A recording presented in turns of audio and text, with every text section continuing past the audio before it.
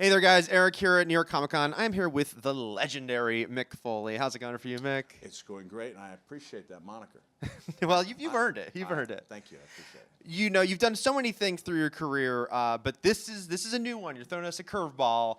Tell us about this film you're here. The vest is the little symbol of it. Yeah, it's a little symbol. Longtime wrestling fans have known about my fascination with Santa and Christmas on a year-round basis for a long time, but it might catch the occasional viewer off guard to know that I've had a year-round Christmas room for 15 years, and in preparation for this movie, I Am Santa Claus, I just made a pact last Christmas that I would dress in Santa-themed attire for an entire year. So I'm at 287.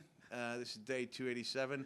The very subtle Santa vest, and yeah, we just have a short while to go. We're in the home stretch. So you know you've had this Christmas fascination, but how did this project come about? You know, you're a producer on it. How did it all come together? Well, I was originally I was a subject. Okay. And the director Tommy Avalone contacted me, and he said, "I know you've been Santa like for the troops overseas, and you've been Santa on SmackDown. Have you ever thought about really being, Santa?" I was like, "What do you mean?" And I got to be honest, like when I saw the level of commitment that these guys have, including that painful bleaching experience, I was on the precipice of making a decision and bailing out. And then once we did it, once I had my the bleaching and the full commitment, and even tried the hair, which just turned orange and yellow. Yes. But at least though I went with the wig, at least I knew I'd tried my best. And then that first experience as the guy was just magical. So did you go to a mall? Did you do that? Where were you as Santa Claus? I did my experiences at Santa's Village in Jefferson, New Hampshire, which is one of my favorite places in the world. And so having a chance to be Santa at a location that magical place that my parents first took me to in 1968, and then having my son there as my elf and seeing the surprise, and this is in the movie, when my wife and two of my other kids, when they walk in and they see this guy that I've become, like it's pretty stunning. It's like Lon Chaney becoming the Wolfman, you know.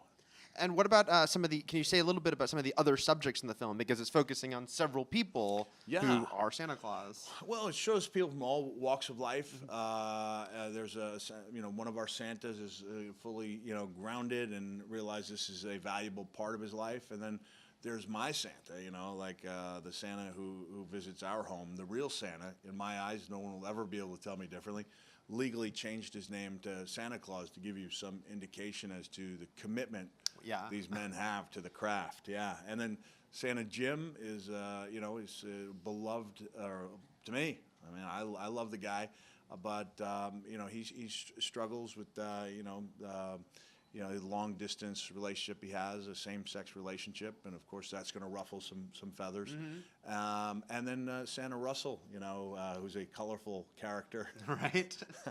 And that color is is really captured in the film. But to me, even though we have a little fun at his expense during the course of the film, he almost comes across as this profound, world-weary philosopher towards the end of the movie. For those of us who've known you from wrestling through the years, I mean, many of us do kind of know to expect the unexpected with you, your personality, your taste. But is it funny for you to see the reaction of some people that are just so thrown, when you throw something like this at them? They get it, but I don't think they realize like the emotional wallop the film packs. Yeah. Like it's like, oh, okay, it's big, this is gonna be funny, and it is funny in a lot of parts, but. It's almost like a wrestling act compared to everything to wrestling. Right. And the reason we care about the comeback of a wrestler is because he's been through trials and tribulations in his career with that specific match. Therefore, we have a vested interest in how well he fares. And I think it's the same way in our movie. We come to really feel like we know these people, and then we root for them, and we kind of rejoice when they have their big day of the year. You've guested on a lot of podcasts, and a lot of wrestlers or ex-wrestlers are starting podcasts these days. Have you thought about just doing your own regular one? I'd never even heard a podcast until my latest. We did a 3-week tour in Western Canada of my spoken word live show. If you want to, you can check it out, realmickfoley.com. I do a lot of dates. and I really enjoy the show. But we were out there in the wilds of Western Canada, and the comic who was traveling with me introduced me to these podcasts. And I had been guests on a lot, but I'd never actually heard a single podcast. And then I got it. Like, I could understand, man, the music. I mean, the time goes by really quickly when you're engrossed in an interesting subject. And so I might throw my hat in. You know, I think the one reservation people have is he's not going to just talk about Santa, is he? That was what my son said. I'll leave you with this. I know you guys have to go, but before I was inducted into the WWE Hall of Fame, my oldest son, Dewey, who was 20 at the time, goes, "Dad, I know this is none of your business, but when you get out there tomorrow, please don't make it all about Santa." And I said, "You know something? You're right. It is none of your business." I have to ask you before you go, what's your thoughts these days on WWE? You always have great observations online. I read your, kind of blog entries. What do you think of the product these days? Yeah, I'm a big fan by and large. You know, you guys are hearing it first here, but my two of my sons are coming tomorrow as the Miz and Damian Mizdow.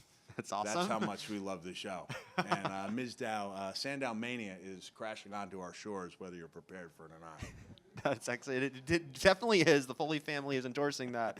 Thank you so much, Mick. When will we see the movie, by the way? When can we see it? Debuts in theaters on November 4th and will be available on DVD, iTunes, and Netflix on November 11th. Excellent. Look forward to seeing it. For plenty more from New York Comic Con, keep it here at IGN.